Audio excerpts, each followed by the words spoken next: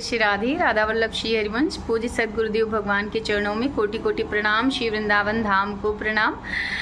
ये वीडियो दीक्षा को लेकर है। जैसे कि इससे पहले एक वीडियो हमने अपलोड किया था जिसमें कि पूज्य सदगुरुदेव भगवान, जैसे कि आप दर्शन पा रहे हो, अगर उनसे किसी को दीक्षा प्राप्त करनी हो तो उसके क्या नियम होते हैं, क्या प्रोसेस होती है और कब मिलती है दीक्षा, कितना ड्यूरेशन, कितना समय लगता है दीक्षा में, ये सारी जानकारी थी उसमें। अब उसमें बहुत सारे लोगों के कमेंट्स आए हैं कि जो है ये तो हो गई दीक्षा प्राप्त करने से पूर्व जो है प्रोसेस होती है, कैसे जब दीक्षा के लिए आपको बुलाया जाता है तो उस दिन क्या होता है, कैसे क्या प्रोसेस होता है, और जो है दीक्षा जब प्राप्त हो जाती है पूज्य सदगुरुदेव भगवान से, वो पूरा जो है एक्सपीरियंस क्या है, अनुभव क्या है, और उसके बाद सदगुरुदेव भगवान कौन से नियम जो है बताते हैं जो कि हमें फॉलो करने होते हैं। तो ये सारी जानकारी के जो है आप लोगों के रिक्वेस्ट पड़े हुए हैं। तो आज श्री जी की प्रेरणा से जो है पहले तो हम क्षमा चाहेंगे कि आप सबको जो है रिस्पॉन्स नहीं कर पाए, बहुत लेट ये वीडियो बन रहा है पार्ट 2, तो लेकिन चलो सदगुरुदेव भगवान की कृपा से बन रहा है। तो इसमें सबसे पहले तो जब आपको, जैसे कि हमने पहले वीडियो में बताया था कि जब आपको जिस दिन दीक्षा के लिए बुलाया जाएगा कि कल आपको आना है, तो पहले तो आपको यमुना स्नान करके आना होगा, और जो आपकी पहले की जो प्रसादी कंठी माला होगी उसको, और जो आपका जो है नाम जप माला होगा उसको, और उसकी जो झोली होगी यानी कि जो चैंटिंग बैग होता है उसको आपको यमुना रसरानी को समर्पित करके आना होगा। तो उसके बाद जब आप वहाँ पर आएंगे, जैसे केली कुंज में आपको सुबह में 4 बजे बुलाया जाएगा, तो आप 4 बजे जब आएंगे दीक्षा के दिन, तो सबसे पहले आप वहाँ पर जो है आपको ले जाया जाएगा, और आपको वहाँ पे जो, अगर आप महिला हैं, मतलब स्त्री शरीर में है, तो आपको जो है सखियाँ आएंगी और आपको ये तिलक जो है ना, ये जो आप देख रहे हैं राधा वल्लभी तिलक, जो हमारा हरिवंशी मतलब राधा वल्लभ संप्रदाय का तिलक है, जिससे कि हमें छाप लग जाती है कि अब हम हरिवंशी हैं, राधा वल्लभी हैं। तो ये जो है बहुत ही सौभाग्य का दिन होता है, वो बहुत अद्भुत एक्सपीरियंस है जिसको सिर्फ फील किया जा सकता है, थोड़ा सा मतलब एक्सप्रेस करना बहुत कठिन है। वो आप जब उस क्षण को जिएंगे तो आपको अनुभव होगा कितना सुंदर वो है पल। तो आपको जो है सखी आएंगी अगर आप स्त्री शरीर में हैं, और आपको वो ये प्रथम जो तिलक है धारण कराती हैं, वो सखियाँ ही धारण कराती हैं। तो वो सखी आपको ये तिलक जो है लगाएंगी, और अगर आप पुरुष शरीर में हैं तो बाबा आएंगे और बाबा आपको ये तिलक लगाएंगे और आपको बधाई देंगे कि आप जो है हरिवंशी हो गए, राधा वल्लभी हो गए। तो ये बहुत बेस्ट मोमेंट है, क्योंकि हम सब बिल्कुल लायक नहीं हैं कि जो है श्री जी के हो पाए, लेकिन श्री जी और गुरुदेव अहेतु की कृपा करके हमें अपना बना रहे हैं। और हमें एक होता है ना कि एक टिकट मिल गया, जैसे गुरुदेव कहते हैं कि निकुंज जाने का एक टिकट, हमारे पास एक पास हो गया कि अब गुरुदेव की नौका में बैठ लिए तो पार तो हो ही जाएंगे, जैसे भी हैं अब उनके हैं। तो ये हो गया, बहुत बेस्ट मोमेंट ये होता है। और उसके बाद जब आपको तिलक धारण करा देंगी सखियाँ और बाबा लोग, तो उसके बाद थोड़ा वेट करना होगा। अगर अभी जैसे पूज्य महाराज जी का स्वास्थ्य आप सब जानते हैं कि सही नहीं रहता है, तो पहले ऐसे दीक्षा होती थी कि उसमें 1 बाय 1 मतलब एक एक करके अंदर जाना होता था, जैसे तो एक एक को पूज्य महाराज जी मंत्र प्रदान करते थे और ऐसे करके होता था।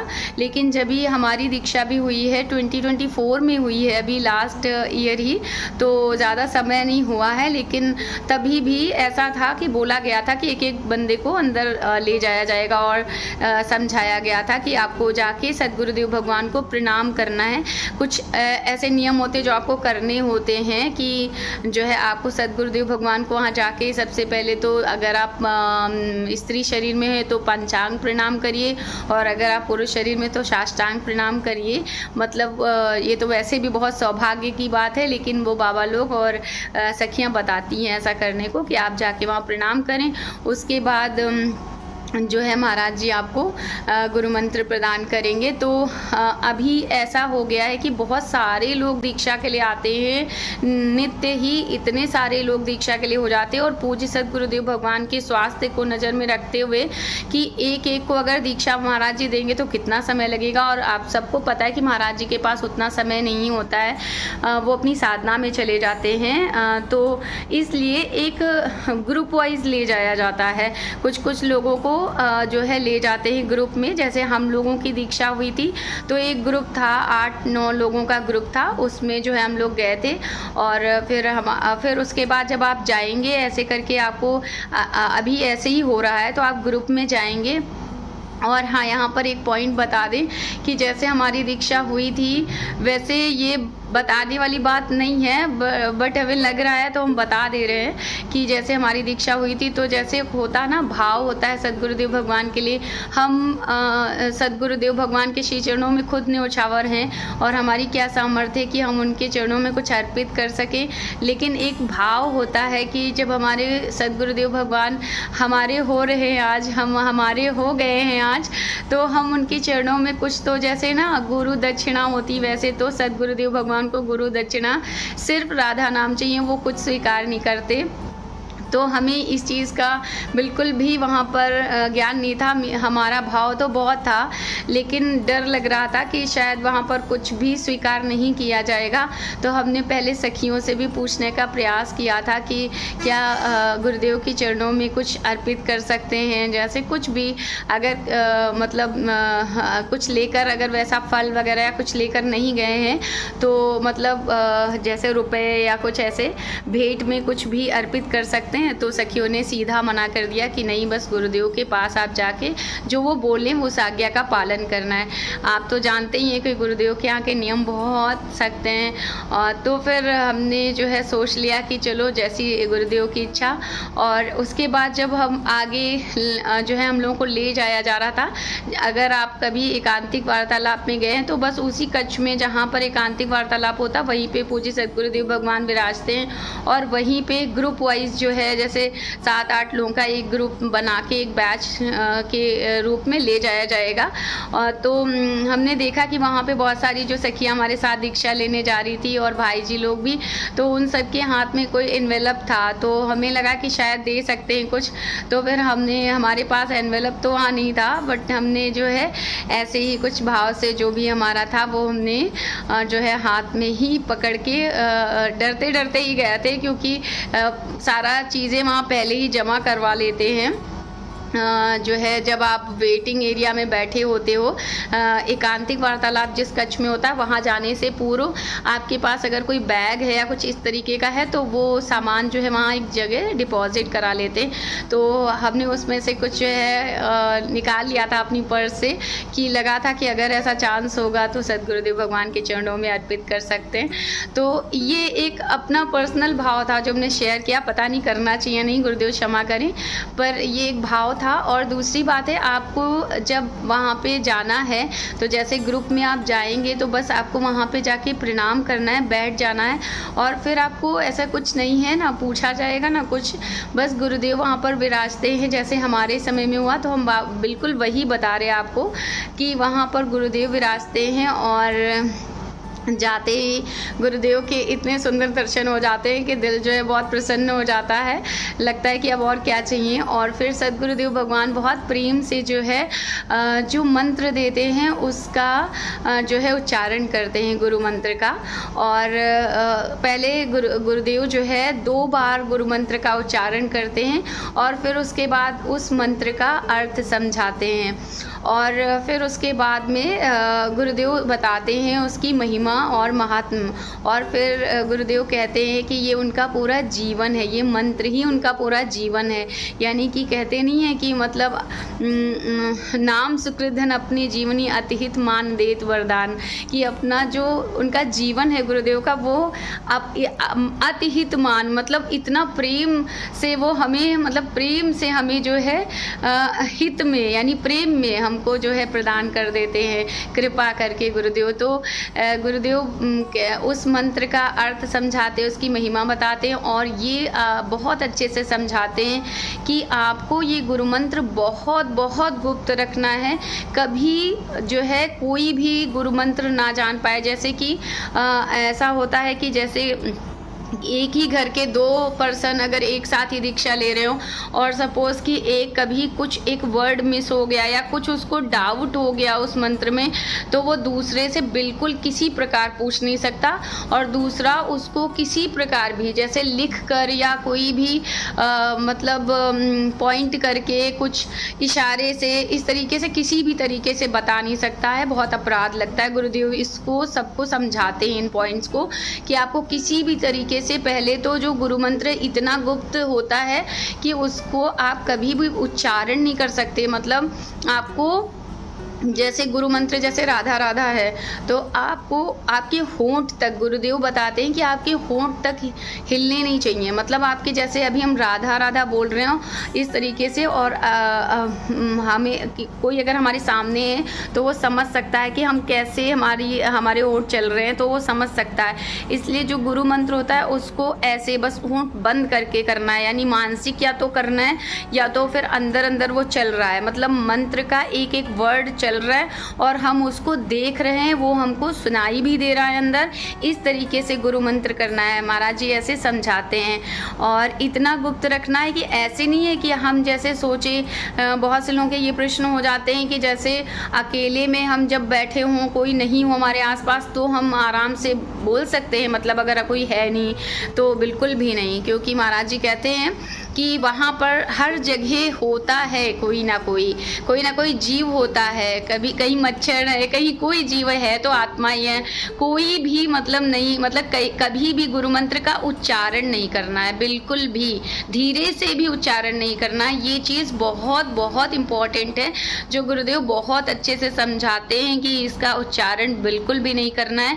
किसी भी को इशारे से बताना नहीं है और कोई जान ना पाए। आप जब गुरु मंत्र कर रहे हो, जैसे गुरु मंत्र करना है तो ऐसे करना है। गुरु मंत्र चल रहा है लेकिन कोई जान नहीं पा रहा, मतलब होंठ भी हिलने नहीं चाहिए आपके। इस तरीके से आपको गुरु मंत्र का जो है जप करना है कि किसी को अगर आपके पास में कोई बैठा है तो वो बिल्कुल नोटिस ना कर पाए कि आप क्या बोल रहे हो, क्या अंदर आपके चल रहा है। तो ये हो गई बहुत इंपॉर्टेंट बात, जो कि गुरु मंत्र को बिल्कुल सीक्रेट रखा जाता है, बहुत गुप्त। और अगर ये जो है कोई जान जाता है तो जो है ना उसका फिर जो प्रभाव है वो नष्ट हो जाता है, मतलब आपको अपराध लगता है ऐसा। तो पहले तो गुरुदेव जो है मंत्र देते हैं, उसका अर्थ बताते हैं और फिर ये पॉइंट्स बताते हैं और उसके बाद गुरुदेव कहते हैं कि हमारे साथ जो है इस गुरु मंत्र का एक एक करके उच्चारण करो। जितने भी जन अंदर बैठे होंगे 7-8 लोग, उन सबको पहले उनके जो परिकर हैं वो एक जो है गुरु मंत्र जो है लिखा हुआ बहुत सुंदर सा जो है एक जैसे चित्रपट होते हैं वैसे ही वो लिखित में लेकर आते हैं और उसको हमें देखकर महाराज जी के साथ, जैसे महाराज जी बोलते हैं एक एक करके, तो एक एक करके गुरु मंत्र का उच्चारण करना होता है। तो हमें एक एक वर्ड देखना होता है और उच्चारण करना होता है।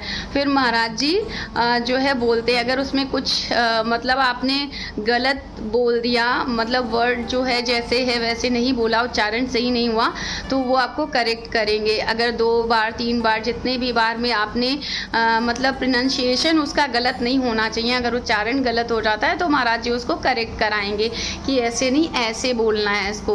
तो इस तरीके से, क्योंकि गलत मंत्र का नहीं करना चाहिए जब, इसलिए महाराज जी उसको करेक्ट कराते हैं कि किस शब्द को कैसे बोलना है। और मंत्र जो है बहुत आसान है, मतलब गुरुदेव कहते हैं मंत्र बहुत आसान है, तो उसमें ऐसा कुछ नहीं है कि मतलब बहुत टफ नहीं होता है जो कोई याद ना कर सके या कोई मतलब उसको बोल ना सके। तो इसलिए महाराज जी बहुत ईजिली, मतलब कहने का मतलब बहुत सहज में समझा देते हैं उस मंत्र के बारे में और मंत्र को, और एक एक करके फिर वो सबसे ही उस मंत्र का उच्चारण करवाते हैं और उसको सही कराते हैं।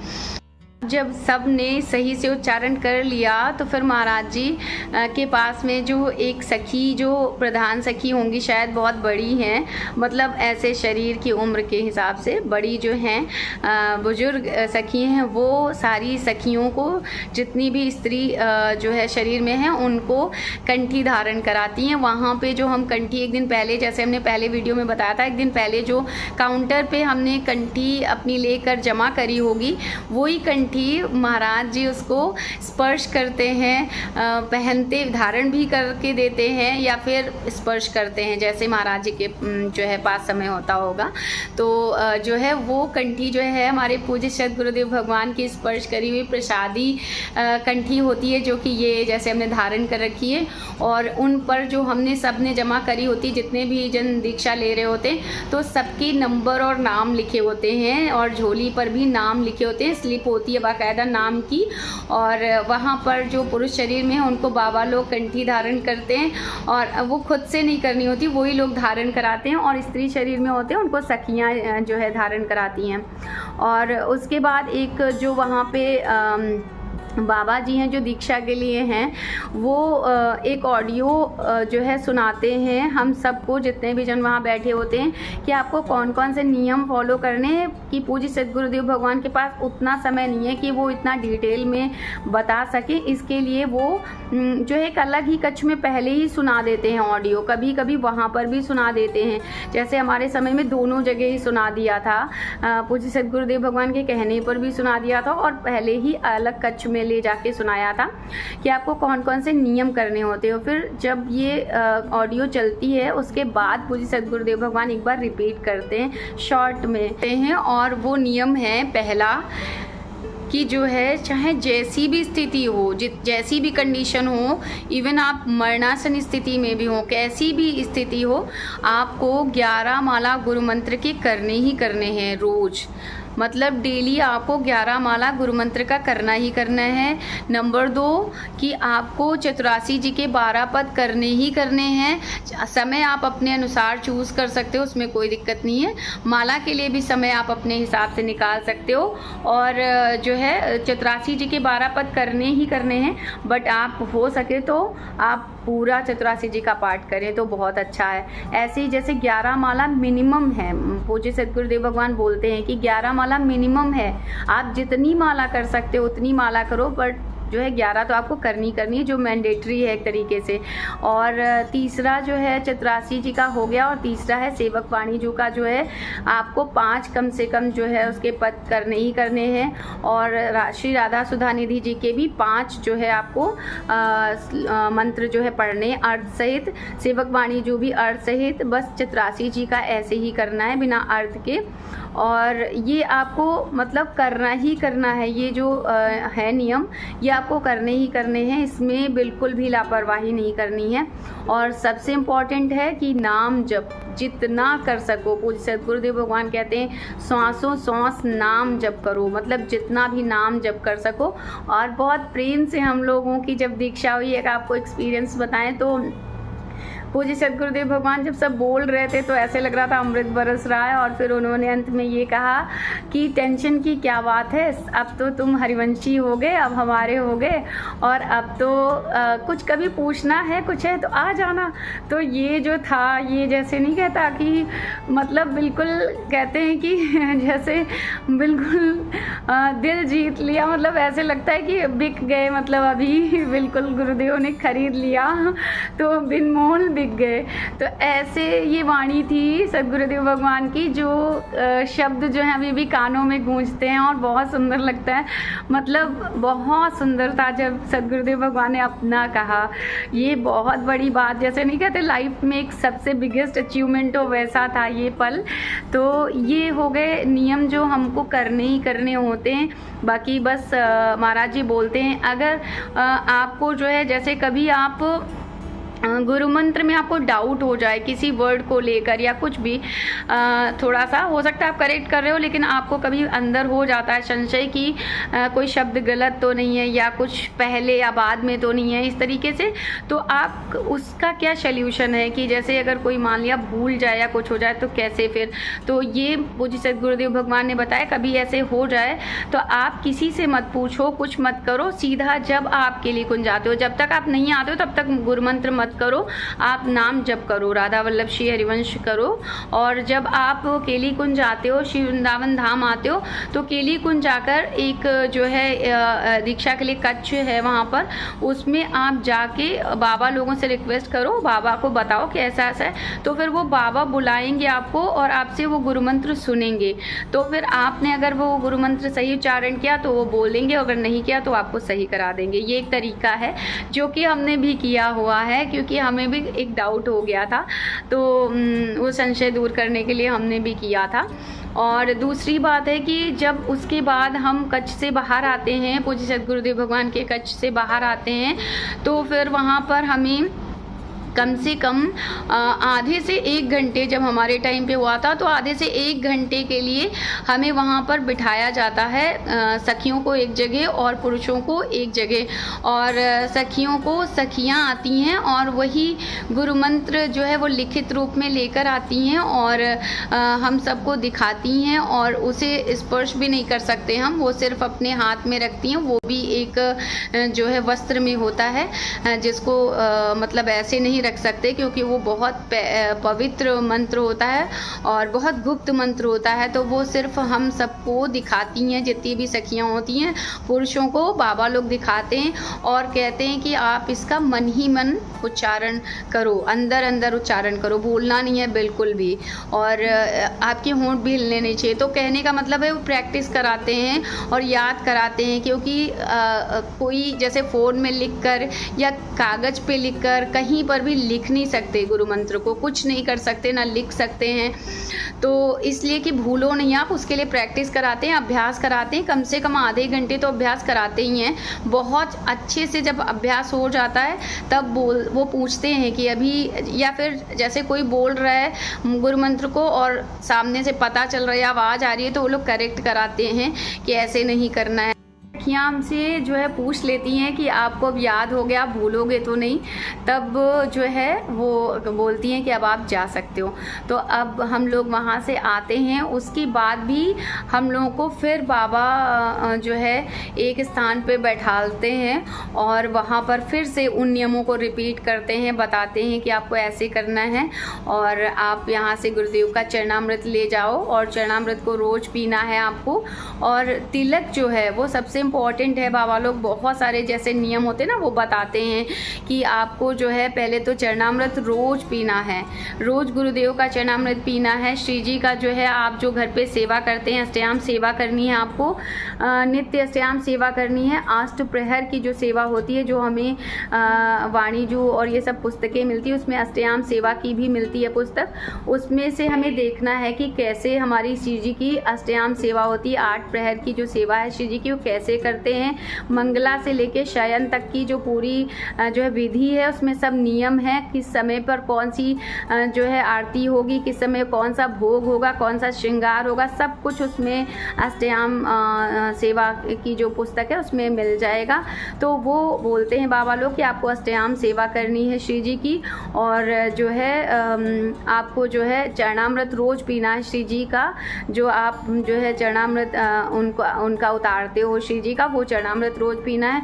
गुरुदेव का जो है केली कुंज से आप थोड़ा सा बॉटल में बाबा लोगों से चरणामृत ले आओ और उसमें जल मिलाकर रख लो, तो आप वो जो है पान कर सकते हो, रोज़ उसको पान करना है। और ये तिलक कभी भी जो है नहीं हटाना है, हमेशा तिलक लगा रहना चाहिए, कभी भी तिलक हटना नहीं चाहिए, किसी भी कंडीशन में तिलक हमेशा लगा रहना चाहिए।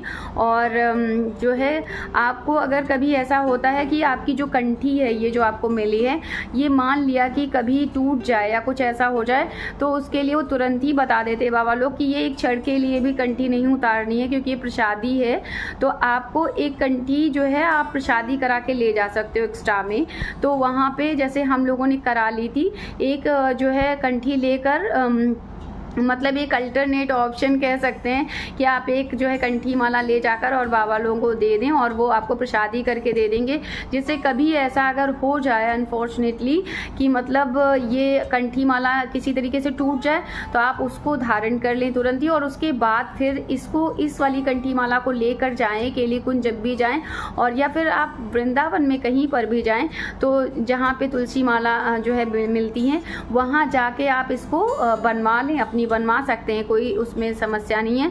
अगर बीड्स निकल गए हो तो उन्हें रख लें और उनसे बनवा लें फिर से, तो वो आप कंठी धारण करें, क्योंकि ये जो कंठी है ये गुरुदेव ने जो है प्रदान की है, तो इसको हमेशा धारण करें। और जैसे कि हमारी जो जप माला है उसको जो है बहुत पवित्रता से रखें जप माला को, और बहुत पवित्रता से हमें करना है, वो नियम भी बताते हैं बाबा लोग और सखियाँ बताती हैं नियम कि हमें जप माला से जो गुरु मंत्र का जो जप है वो कैसे करना है। कि गुरु मंत्र जो है बहुत पवित्र अवस्था में किया जाता है, जैसे कि हम मतलब अगर शौच होकर आए हैं या फिर हम वॉशरूम गए हैं तो मतलब अगर हम पवित्र नहीं होकर आए हैं तो पवित्र होकर ही करना है हमें। और स्त्रियां जैसे हैं वो जब जो है मासिक धर्म होता है तो वो उस समय में माला से जप नहीं कर सकती हैं, उनको उस समय में जो है काउंटर से कर सकते हैं, वो काउंटर से करें, करना ही है, गुरु मंत्र तो छोड़ना नहीं है। तो आप जो है जब भी ऐसा होता है तो उन्हें काउंटर से करना है। और जैसे कि उस समय अगर मासिक धर्म में स्त्रियां हैं तो वो कभी भी जैसे जो चतुरासी जी का पाठ है या वाणीजू कोई भी हो, सेवक वाणीजू हो, तो उनको हमें या फ़ोन से, जैसे राधा केली कुंज का ऐप है या फ़ोन से महाराज जी की भी बहुत सारे भजन मार्ग पे भी दे रखा है, तो आप वहाँ से कर सकते हो, लेकिन आपको पुस्तक से नहीं पढ़ना है, पुस्तक नहीं स्पर्श करनी है। महाराज जी का ये आज्ञा है कि ऐसे नहीं करना है, और सेवा नहीं करनी है श्री जी की। जो है पहले तो हम लोगों को जब भी हम लोग गए थे तो बोला गया था कि 3 दिन तक स्त्रियों को सेवा नहीं करनी, चौथे दिन करनी होती है। बट अभी जो नियम चेंज हुए हैं उसमें महाराज जी ने मना किया है, जब तक पूर्णतः जो है पवित्र अवस्था में स्त्रियां ना आ जाएं तब तक जो है श्री जी को स्पर्श नहीं करना है, और माला भी नहीं करनी है, माला से गुरु मंत्र नहीं करना है, गुरु मंत्र काउंटर से करना है। तो ये स्त्रियों के लिए, पुरुष जैसे ऑफिस गए हैं या कोई ऐसे जूते पहने हुए हैं, शूज़ पहने या स्लीपर्स पहने जो वॉशरूम में यूज़ किए गए हैं, तो अगर कोई भी वॉशरूम में जो भी स्लीपर चाहे वो मेल हो फीमेल हो कोई भी हो, लेकिन उनमें गुरु मंत्र नहीं कर सकते हो आप। अगर कोई ऐसा जैसे बेड है और गृहस्थ में है और वो बेड पवित्र नहीं है तो उस पर आप गुरु मंत्र नहीं कर सकते हो। जैसे कोई सोफ़ा है या कोई ऐसा चेयर है जिसमें आपने कुछ खाया है बैठकर, तो आप उस पर गुरु मंत्र नहीं कर सकते हो। इस तरीके से बहुत पवित्र अवस्था में गुरु मंत्र को किया जाता है। हो सके तो आसन में ही करें, और नहीं तो आप चल कर फिर कर भी कर सकते हैं, टहल कर भी कर सकते हैं, कोई दिक्कत नहीं है। बस आपने ऐसी कोई पादुका धारण नहीं करी हो जो वॉशरूम में यूज़ हुई हो, अपवित्र हो, और आपकी कंडीशन आपने मतलब कोई ऐसे वस्त्र ना पहने हो जो पवित्र हों। इस तरीके से जो है पवित्रता और पवित्रता का ये सारा कुछ बताया जाता है। और ये हो गए नियम कि आपको जो जो करना है। तो और रज, जैसे कि रज का तिलक तो रोज़ लगाना ही है, और रज का थोड़ा सा सेवन भी करना है। नित्य हमें थोड़ी सी रज का सेवन करना है जिससे हमारा रजोगुण नष्ट होता है। तो और अगर हो सके तो कोई अगर ले जा सकता है तो रज के पात्र ले जाए श्रीधाम वृंदावन से, और उसमें भोजन प्रसादी पाए, तो उससे बहुत जल्दी जो है रजोगुण नष्ट हो जाता है और प्रियालाल जी का प्रेम जो है बढ़ता है। तो इस तरीके से ये सारे नियम जो है बताए गए हम लोगों को कि ऐसे ऐसे आपको ये करना है। तो ये हो गए कुछ नियम। अगर और कुछ आप लोगों के क्वेश्चंस हो तो आप लोग पूछ सकते हो, और ज़्यादा क्वेश्चंस होंगे तो हम एक और वीडियो जो है बना देंगे। तो अभी आई थिंक आप लोगों के काफ़ी क्वेश्चंस के आंसर मिल गए होंगे, और अगर कोई त्रुटि हो गई हो तो क्षमा करें। जय जय श्री राधे, राधा वल्लभ श्री हरिवंश।